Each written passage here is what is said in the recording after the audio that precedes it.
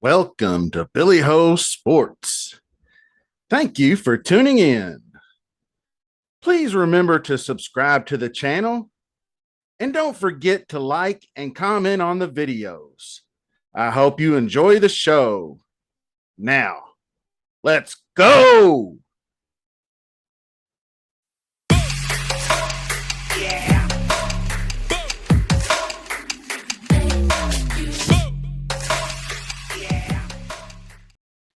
Hello, Billy Ho here again. Week one DraftKings main slate, game stacks, injuries, just kind of a general reset button since everybody's been really charged up for opening week. We've all been looking at this stuff, at least the kind of the diehards are, but more of the casual people are now getting into looking at contests and entering contests and putting together lineups and all that stuff. So, we've gotten so much information overload lately. I feel like we just need to stop, reset, take a look at a couple injuries, and start narrowing things down a little bit because you still got 2 more days, basically. So that's what we're going to do today. And by now, we all have a decent idea on what we want to stack and the players we like and all that good stuff. But there are some guys that I'm feeling a little better about going into the weekend and that weren't much on my radar a week or so ago when I did like this original game stack show. And so we're going to take a look at DraftKings right now. All righty then. So now what we're looking at is just the main slate, blank slate. And the first guy I wanted to take a look at right quick. And I think he's probably showing up on a lot of people's radars, Antonio Gibson. And he's just a guy, and I don't know if there's going to be rain. It looks like there might be rain in the forecast in Washington over the weekend, but I don't really know how bad the weather is. We don't really want to look at weather too much until at least tomorrow or Sunday morning. Just like PGA, it always changes, like Billy Ho says. So, but this guy's no stranger to work. He's gotten 6-7 targets in a game receiving, 20 rush attempts, 20 rush attempts, 14, 24, 29. So he's going to get there 5,800. And Brian Robinson being out of the picture for now. And the only other guy they really got is JD McKissick, and he'll spell him on third down situations and stuff like that. But if Washington stays true to form, maybe they maintain a lead on Jack. This game could go either way, really. I don't know that Washington's a super great favorite, but I would probably make them, since they're a home team, a slight favorite. But another guy to keep an eye on in this game, Washington Commanders, is Logan Thomas, because I'm not 100% he's going to go. They, he's back at practice doing 7-on-7s, and he's looking good.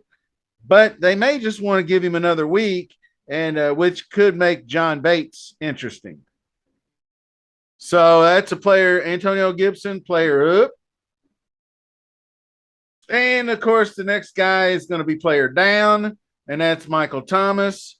He's got the hamstring thing going on, and I thought he was going to be a really good play this week, but he's practicing in a limited capacity, and he could be a game time decision. We'll know because it's 1 o'clock, but also he could go. And then I got to thinking about it, and I was like, well, when was the last time he was actually in a real game? And it's been like 18, 19 months ago in December of 2020. And so I'm like, that gives me pause. It might be hamstring. Maybe they're just being cautious, but he's been away from the game speed that long. I think it's really hard to play him. I think this game is almost an avoid for me. If Thomas was healthier, I would have liked Jameis Winston in a game stack because I think he's really good value, but now not so much. Traquan Smith's already been ruled out. So then all you got left is Olave and Landry. And, it still may work out that way. But of course, Kamara is going to get significant work, and we might see Ingram more alongside in two back sets. So that game is still up in the air for me. I'm not 100 on, playing any mini stacks is the best they're going to get out of me. I'm not going anything better than a mini stack. And so the next guy I wanted to look at was George Kittle. And he might play, but things aren't really looking all that great. He's not practicing because of a groin issue. And he's going to need to practice. I don't think he's going to practice today. He isn't there for the, actually, you can read it right here. 348 just updated a little while ago. So he wasn't present for the media access portion, suggesting he's unlikely to play Sunday in Chicago. So that's just what it says. And I kind of tend to agree. If he's out, Brandon Aiyuk is going to be a good play. Brandon Aiyuk got quite a few opportunities in the games that Kittle missed. He didn't miss any games I think he missed some games the year before, whichever was Aiyuk's rookie season. So you got Aiyuk, who is way down here at 5,200, which is a pretty good price for a guy like him. But being the same as Juju Smith-Schuster, people are going to go Juju all day. So he might be sneaky. He could get targets. I mean, he's done good things when he's gotten targets thrown his way. 10 targets, 8. He could get you 18, 20 DraftKings points for 5,200. So that's a guy. He's a one-off to me. And of course, you could mini game stack with Mooney on the other side or Monty. I don't really like Monty. A cheaper option might be Khalil Herbert.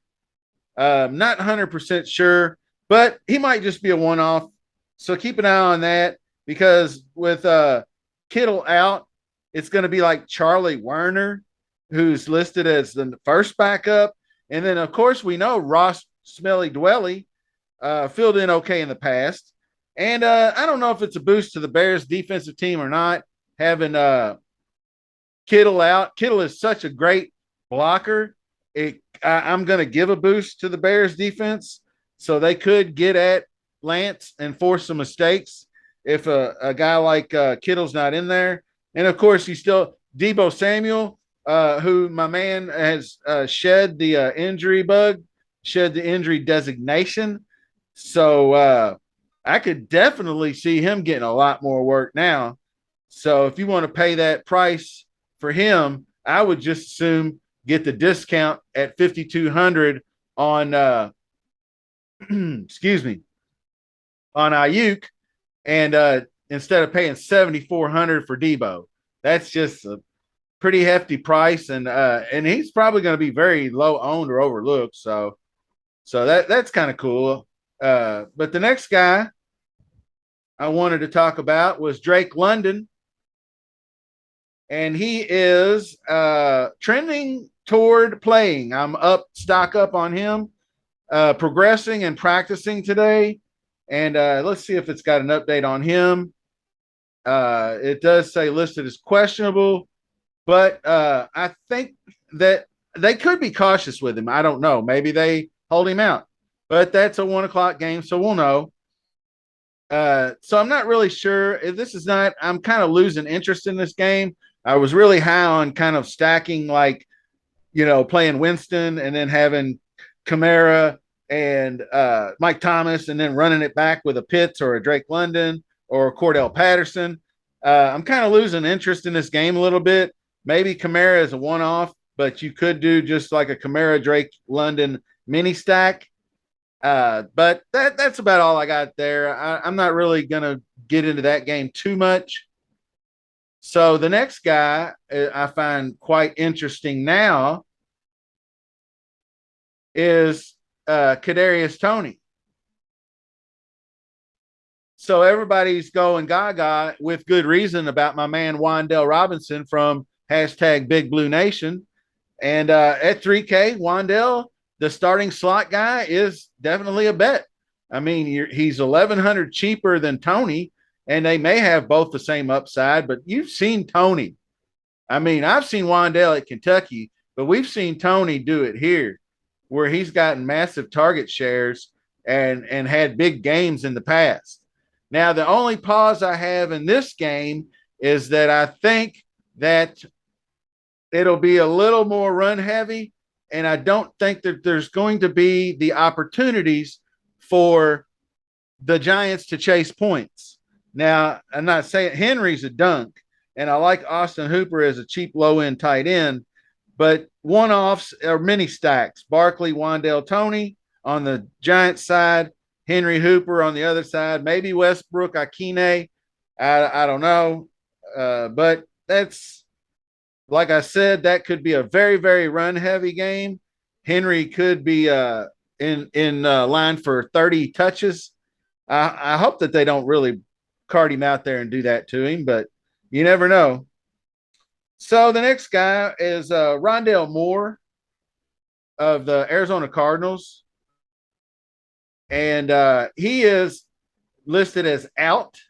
So I guess they may have made the decision, and they have. Okay, that makes things life easier. He left. He had that hamstring injury, so he's a dundle. So done deal. He was 50-50. Now he's 0-0. No chance, son. So that leaves guys like AJ Green, who Kyler depended on a lot when Hopkins was out last year.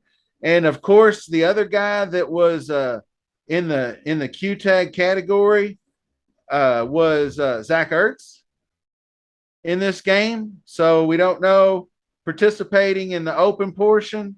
It's a good sign that he's participating. He could give it a go, but I, I question the upside, I guess, is what I'm saying.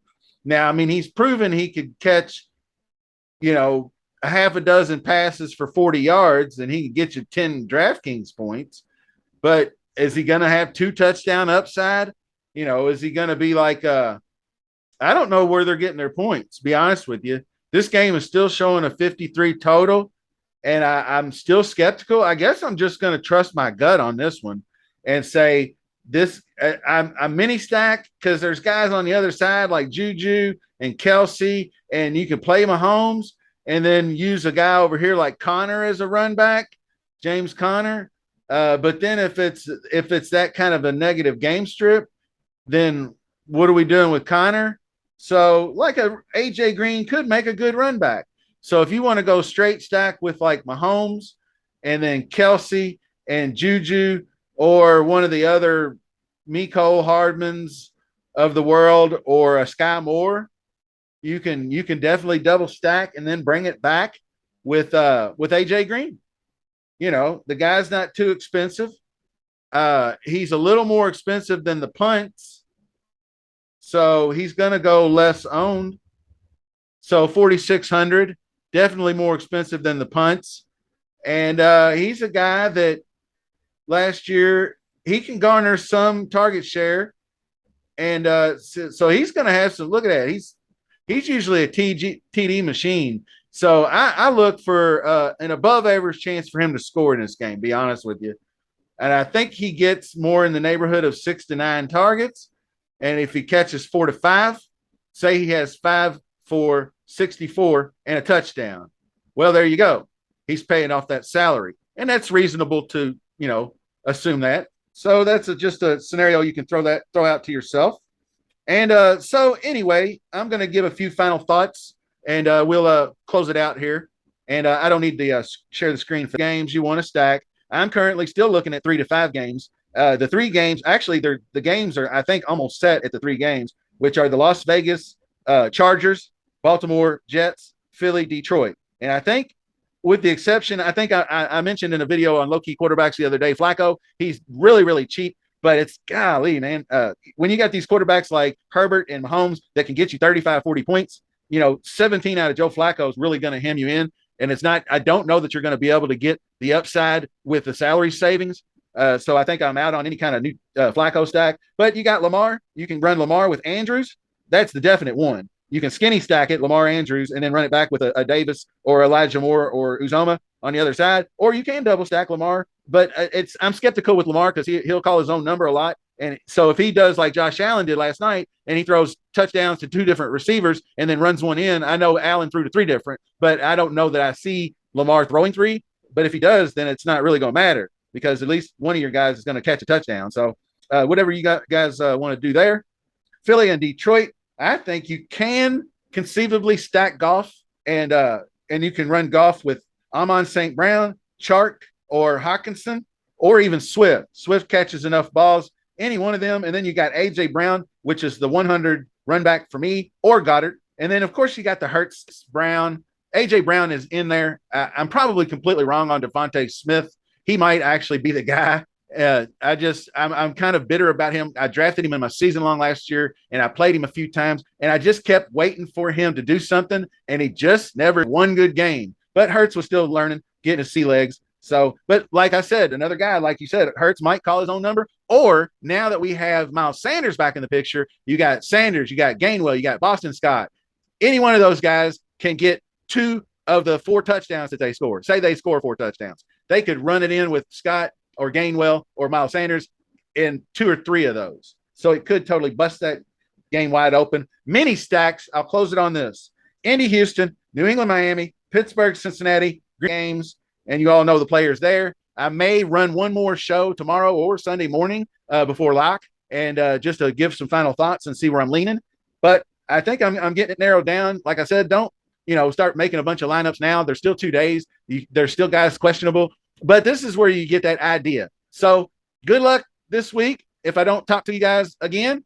And subscribe to the channel. We're still just short of 200 subs. I've kind of got stuck on the 192 train. So hopefully this video will bump me up a couple notches and we can get to that 200 subs. And I'll be a happy guy. And I appreciate all the support. Holla, holla to the Discord. All my guys over there. We're going to have some good convos. I'll be posting on Twitter on just how to join the Discord for free. And we will get this football thing done. So until the next video, see you soon.